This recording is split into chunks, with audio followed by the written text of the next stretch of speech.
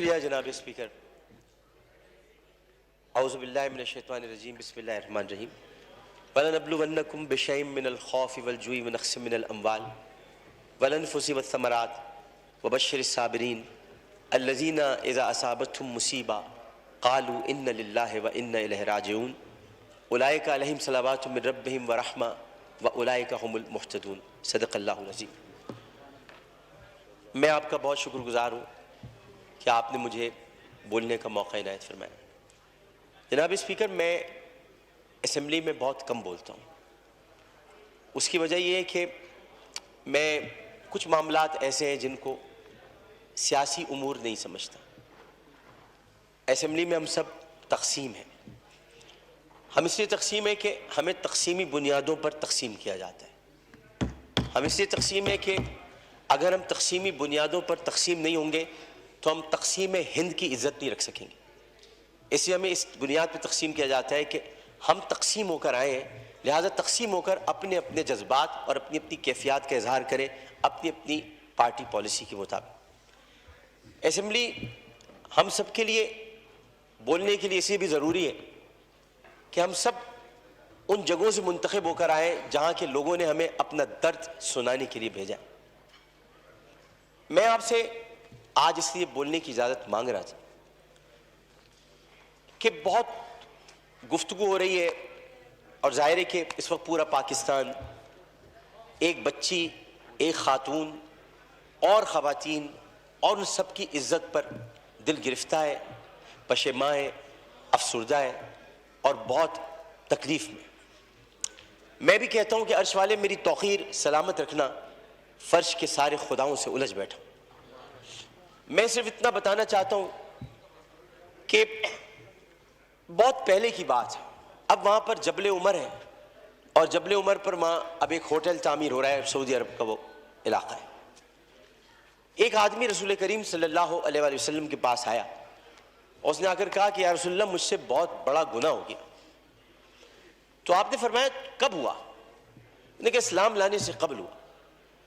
آپ نے فرمایا کہ ٹھیک ہے، اب تم اسلام لے آئے ہو، تمہارے سارے گناہ اللہ نے معاف کر دی. اس نے کہا آپ میری بات سن لیجئے رسول اللہ، میں آپ سے بات کرنا چاہتا ہوں، اپنے دل کا بوجھ ہلکا کرنا چاہتا ہوں. آپ نے کہا کہو تم کیا کہنا چاہتے ہو؟ اس نے کہا یا رسول اللہ میری ایک بچی تھی اور میں اس بچی کو جب وہ 5 سال کی ہوئی تو میں اس بچی کو کہا میں چلو تمہیں جنگل لے کے چلتا ہوں، اور میں اس کو لے کر چلا. جناب اسپیکر توجہ چاہوں گا، میں اس کو جنگل لے کر چلا. اب میں اس لیے لے کر چلا کیونکہ میری عزت پر حرف آ رہا تھا کہ میرے گھر میں بچی کیوں پیدا ہوئی. نبی کریم بہت غور سے سن رہے تھے. صحیح بخاری اور صحیح مسلم میں اس حدیث کو بیان کیا، ترمذی شریف میں بہت تفصیل کے ساتھ. تو انہوں نے بہت توجہ سے سنا اور کہنے لگا میں جنگل میں لے کے گیا. پھر میں نے گڑھا کھودا. گڑھا کھودنے کے بعد میں نے بچی سے کہا اس میں لیٹ جاؤ. اچھا جب میں گڑھا کھود رہا تھا تو یا رسول اللہ مجھے ایک بات یاد آئی کہ وہ کھودتے کھودتے مجھے پسینہ آنے لگا، تو اس نے اپنے چھوٹی سی چادر سے میرا پسینہ بھی صاف کیا. اور اس کے بعد میں نے اس بچی کو گڑھے میں ڈال دیا اور پھر میں نے مٹی ڈالی. تو عربی میں اس نے مجھ سے کہا، ترجمہ آپ کے سامنے پیش کر رہا ہوں، بابا میں مر جاؤں گی بابا. اور میں نے اس کو مار دیا. بہت دیر تک خاموشی حجر رسول میں رہی. اس نے دیکھا تو رسول کریم صلی اللہ علیہ وسلم رو رہے تھے. خاتم النبیین، سید المرسلین، شفیع المذنبین، انیس الغریبین، رحمت للعالمین، راحت العاشقین، مراد المشتاقین، شمس العارفین، سراج السالکین، مصباح المقربین، محب الفقراء والغرباء والیتام والمساکین. ہمیں سکھاتے ہو ہم تو ختم نبوت کے محافظ ہیں، ہمیں سکھاتے ہو.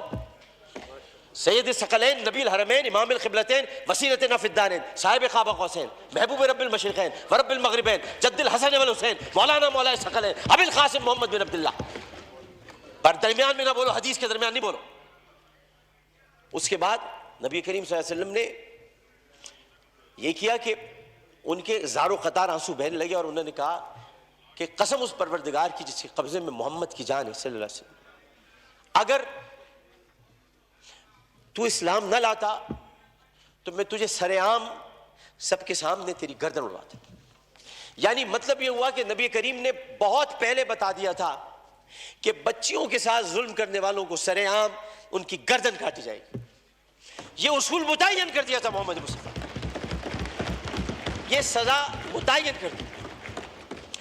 ظلم کرنے والا جناب اسپیکر کوئی صنف نہیں رکھتا. خدا کے لیے اسے مرد نہ کہے, خدا کے لیے اسے عورت نہ کہے. ظالم کی صنف نہیں ہوتی, ظالم کی صنف نہیں ہوتی, ظالم نہ مرد ہوتا ہے. ظالم کو مرد نہیں کہتے. میرے بھائی نے کہا ہے فیصل بانڈے نے میں نامرد بنا دوں گا. ارے وہ تو ہے ہی نامرد جو عورتوں کی عزت لوٹتے, انہیں کیا نامرد بناؤ, وہ تو ہے ہی نامرد. ہم ظالم کی صنف مقرر کر کے معاشرے کو پھر تقسیم کرتے ہیں. ہمیں کسی کی صنف مقرر نہیں کرنی, ہمیں صرف اور صرف قرآن اور سنت کے مطابق ان سزاؤں کا احیا کرنا ہے جن کی ضرورت ہے. یہ واقعہ موٹر وے پر ہو یا حلقہ این 245 کی کسی کچی گلی میں, اس میں یہ بحث ہی نہیں کرنی. بحث ہمیں یہ کرنی ہے کہ انسانیت کی تذلیل ہوئی. بحث ہمیں یہ کرنی ہے کہ ہم کیا کر رہے ہیں. بحث ہمیں یہ کرنی ہے کہ اگر ہم ریاست مدینہ کے دعوے دار ہیں تو ریاست مدینہ میں اگر ایسا واقعہ ہوتا تو ہم کیا کرتے. ہمیں یہ کرنا ہے. ہمیں قانون سازی کرنی ہے. ہمیں اسمبلی میں بیٹھ کر اس معاملے کو مل جل کر حل کرنا ہے. میں کسی کا بھی یہاں زیادہ وقت لینا نہیں چاہتا. میں بہت دل گرفتہ ہوں کیونکہ اس بچی کے گھر میں کوئی کمانے والا نہیں ہے. بنیر سے آئے ہوئے پختون گھرانہ تھا, پٹھان گھرانہ بیچارہ, جو وہاں کما رہے تھے. عمر صادق اس کا والد. بہت پیاری سی معصوم سی بچی تھی. ہر بچی معصوم ہوتی ہے, پیاری ہوتی ہے, لیکن جناب اس میں سوچیے ایک پختون فیملی کی بچی جو بڑے غیور ہوتے ہیں. میں اپنے تمام پختون بھائیوں سے کہتا ہوں, میں ان سے بڑی محبت کرتا ہوں. غیور قوم ہے, ایک عزت دار قوم ہے, جو آتے بھی ہیں عزت سے کمانے کے لیے, عزت سے جینے کے لیے. چاہے ان کے ساتھ خیبر پختونخوا میں ظلم ہو, چاہے کسی بھی حصے میں ہو, اور کسی بھی قوم کے ساتھ ہو. پاکستان کا ہر قومیت رکھنے والا فرد میرا پاکستانی بھائی ہے. اور میں یہ کہتا ہوں کہ وہ بچی ایک دن جب اس کمرے میں رات بھر اس کو بند کر کے رکھا گیا ہوگا اور پھر اس کو درندگی کے ساتھ اس کی عصمت دری کرنے کے بعد اس کو جب زندہ جلایا ہوگا تو کتنی تکلیف ہوئی ہوگی اس معصوم سی بچی مروہ کو. جبکہ قرآن کہتا ہے ان الصفا والمروہ من شعائر اللہ. جب اللہ نے دو پہاڑوں کو مروہ اور صفا کو عزت دے دی تو پھر ان کی عزت کیوں نہ اتاری جائے جنہوں نے پہاڑوں کے نام پر عزت دینے والے پروردگار کی پیدا کی ہوئی مروہ کو بے دردی کے ساتھ اس کی عصمت دری کی. ان کی عزت کیوں نہ اچھالی جائے, ان کی گردن کیوں نہ کاٹی جائے, ان کو سرعام پھانسی کیوں نہ دی جائے. جناب اسپیکر, میں آپ سے صرف یہ بات کہنا چاہتا ہوں. میں شکریہ ادا کرتا ہوں اپوزیشن بینچز کا بھی, میں شکریہ ادا کرتا ہوں اپنی پارٹی کا بھی, میں سب کا شکریہ ادا کرتا ہوں کہ جو اس وقت اس درد کو سمجھ رہے ہیں, جو درد کو سمجھ کر بات کر رہے ہیں, اور جو نہیں چاہتے کہ اس وقت سیاست ہو. ہم میں سے کوئی نہیں چاہتا, اور جو ان باتوں پر سیاست کرے گا معذرت کے ساتھ, پھر وہ سیاست کر رہا ہے, عبادت نہیں کر رہا. وہ عبادت نہیں کر رہا. یہ اس وقت عبادت کا مرحلہ ہے, اور عبادت صرف 5 وقت پروردگار کے سامنے سر جھکانے کا نام نہیں ہے. عبادت ظالم و جابر حاکم کے سامنے کلمہ حق کہنا بھی ہے, اور عبادت اپنی جگہ پر رہتے ہوئے جب اللہ تعالیٰ نے قوت گویائی عطا کی ہے, اور 5 سوالات جب حشر میں کیے جائیں گے, کہاں سے کمایا تھا, کیسے کمایا تھا, جوانی کہاں گزاری, بولنے کا علم دیا تو بولے کہ نہیں بولے, ما کنت تقول فی ھذا الرجل, اس رسول کے بارے میں تمہارا کیا خیال ہے, کیا جانتے ہو, اس وقت ہماری زبانیں گنگ ہو کر نہ رہ جائیں.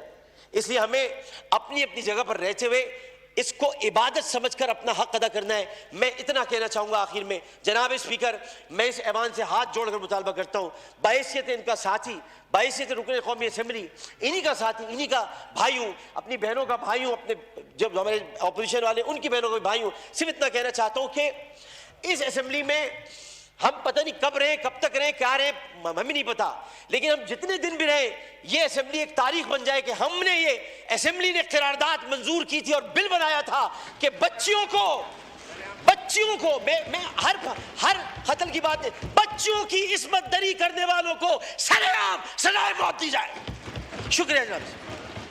جی خواجہ صاحب, میں تھوڑا مفتی شکور کو دے دوں جمیعت علماء اسلام. اس کے بعد